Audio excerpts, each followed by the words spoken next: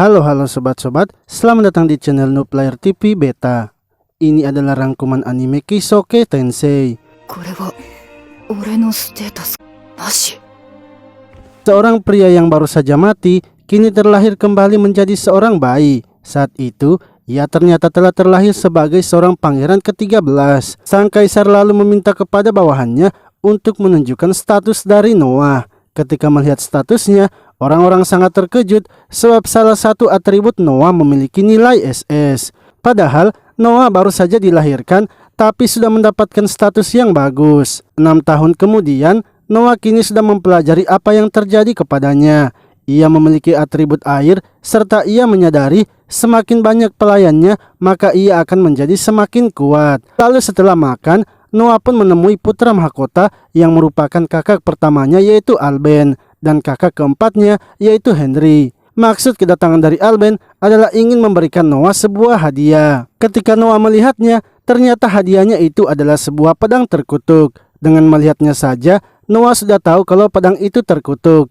Namun karena tak bisa menolak hadiah dari putra mahkota, Noah dengan terpaksa harus mengambilnya. Saat Noah menyentuhnya, ia pun langsung merasakan kutukan itu.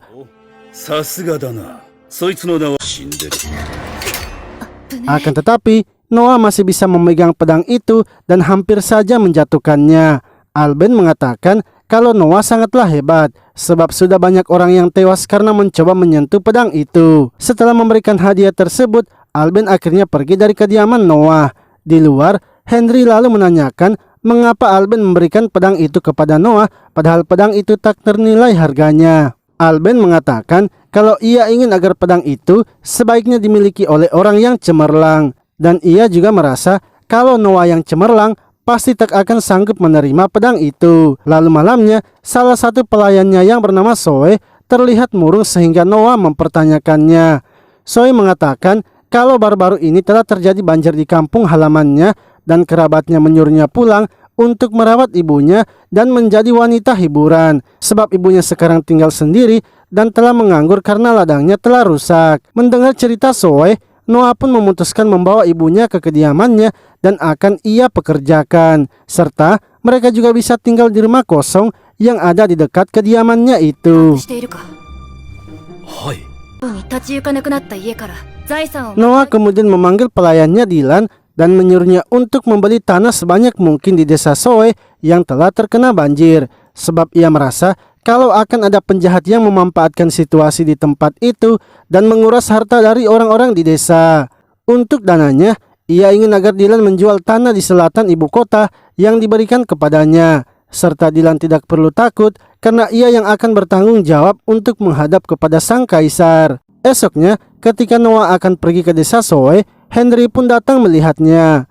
Ia menyuruhnya untuk berhati-hati menggunakan pedang yang diberikan oleh Alben, sebab dari dulu sampai sekarang pengguna dari pedang itu selalu tewas karena tak bisa menahan kutukannya. Lalu ketika sampai di desa itu, Noah sangat terkejut sebab dampak dari banjirnya ternyata sangat parah. Ia pun menyuruh Dylan untuk segera pergi ke kantor pemerintahan agar bisa mendapatkan data dari rumah-rumah warga desa. Setelah itu, Noah melihat kalau salah satu bangsawan ternyata telah memonopoli bantuan makanan. Ia mengetahuinya karena mencicipi makanan yang diberikan kepada para korban banjir. Bangsawan itu pun merasa kalau Noah yang seorang bocil telah menghinanya, sehingga ia akan menghabisi Noah sebagai percontohan bagi warga lainnya. Akan tetapi, tiba-tiba Noah yang kesal dengan tingkah bangsawan itu membuat emosinya meluap, sehingga pedang terkutuk yang ia bawa keluar dan menghampirinya. Noah pun kini masuk ke alam bawah sadarnya dan berusaha menaklukkan pedang itu. Noah sebenarnya hampir saja dikalahkan, tapi karena ia memiliki tekad yang kuat, membuat pedang itu akhirnya tunduk kepadanya. Noah pun kini berhasil mengendalikan pedangnya dan menghabisi bangsawan itu. Hingga saat para prajurit juga akan datang menangkapnya, Noah pun menghentikan mereka. Pemimpin dari prajurit itu pun menyadari kalau Noah adalah pangeran ke-13. Ia pun memperkenalkan dirinya sebagai orang yang ditunjuk untuk menjaga tempat itu. Noah akhirnya menyuruh kesatria itu untuk menambahkan lebih banyak makanan lagi agar para warga yang ada di tempat tersebut tidak kelaparan lagi. Setelah kejadian itu, sang raja pun memanggil Noah dan mempertanyakan apa yang terjadi. Yang mana setelah Noah menjelaskannya, sang kaisar pun merasa sangat senang sebab tindakan yang Noah lakukan membuat kekaisaran tak perlu harus turun tangan lagi. Beberapa hari kemudian, Noah pergi ke sebuah tempat yang direkomendasikan oleh para kasim, yang mana tempat tersebut merupakan tempat diadakannya sebuah pertunjukan.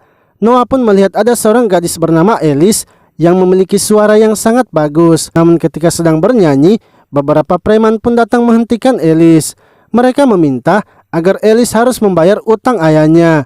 Mereka akan membawa Elis dan menjualnya agar utang ayahnya bisa lunas. Noah yang melihatnya langsung turun dan menghajar mereka semua.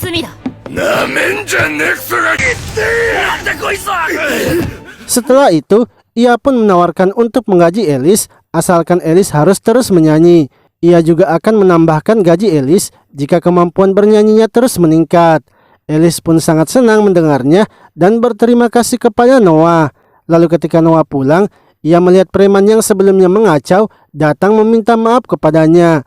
Sebab mereka kini telah mengetahui kalau yang mereka usik sebelumnya adalah seorang pangeran.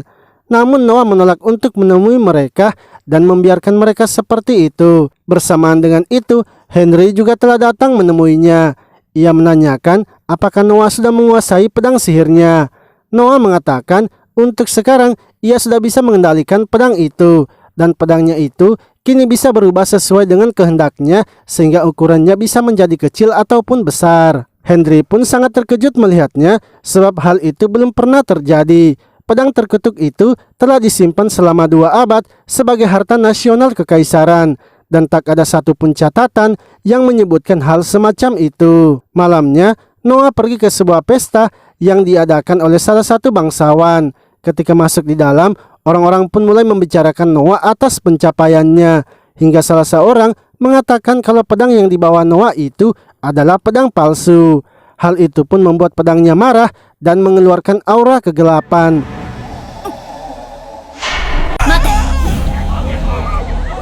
Untungnya, Noah berusaha menenangkan pedangnya sehingga aura kegelapan itu bisa menghilang lagi. Kini, orang-orang pun percaya kalau pedang itu memanglah pedang terkutuk yang asli. Setelah itu, Noah kini mulai menemui satu persatu tamu yang ada di pesta tersebut.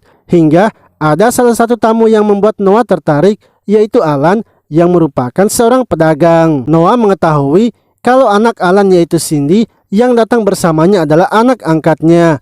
Bahkan Noah juga tahu kalau Cindy itu adalah mantan budak. Alan pun sangat terkejut karena Noah bisa mengetahui sampai sedetail itu. Alan kemudian mengatakan kalau ia memang telah membeli budak. Namun karena melihat Cindy yang sangat cepat belajar, ia akhirnya mengangkatnya sebagai anak. Noah yang mendengarnya merasa senang dan berencana akan mengundang Alan ke tempatnya untuk mendengar kisah mereka. Esoknya, Noah yang berencana pergi berkeliling kota tak sengaja bertemu dengan pangeran ke-8 yang bernama Oscar. Oscar kemudian mengajak Noah untuk berkeliling bersamanya di pasar mencari harta karun. Oscar menjelaskan kalau di pasar itu terdapat banyak barang antik, tapi terdapat juga banyak barang palsu. Hal itulah yang membuatnya menyebutnya kalau itu adalah perburuan harta karun. Lalu setelah lama mencarinya, Noah pun menemukan sebuah buku. Ketika Oscar melihatnya, Noah ternyata telah menemukan buku dari penyihir legendaris. Noah lalu membuka buku itu dengan pedangnya dan tiba-tiba keluarlah jiwa dari penyihir itu. Seketika, Oscar pun terkejut dan menyuruh Noah untuk segera melarikan diri. Akan tetapi, Noah tidak gentar sedikit pun dan melawan jiwa penyihir itu. Dengan pedangnya, ia pun berhasil menghabisi penyihir tersebut. Setelah kejadian itu, salah seorang pedagang datang menemui Noah dan memintanya untuk datang ke tempatnya. Yang mana ia ternyata menunjukkan sebuah cincin yang sangat misterius. Ia menjelaskan kalau belum pernah ada yang bisa menggunakan kekuatan cincin itu. Bahkan ketika ia membuangnya, cincin itu selalu saja kembali ke tokonya. Lalu saat Noah memakai cincinnya, tiba-tiba cincin itu bereaksi dan menunjukkan wujudnya, yaitu sebuah sirah yang kini muncul di tubuh Noah. Noah pun sangat senang dan akhirnya membeli cincin tersebut. Ketika akan pulang, tiba-tiba salah satu preman yang sebelumnya datang menyerang Noah. Untungnya dengan cincinnya itu, Noah berhasil membuat pertahanan. Oscar yang melihatnya sangat kagum sebab Noah baru saja mendapatkan cincin itu, tapi ia kini sudah bisa menguasai cincinnya.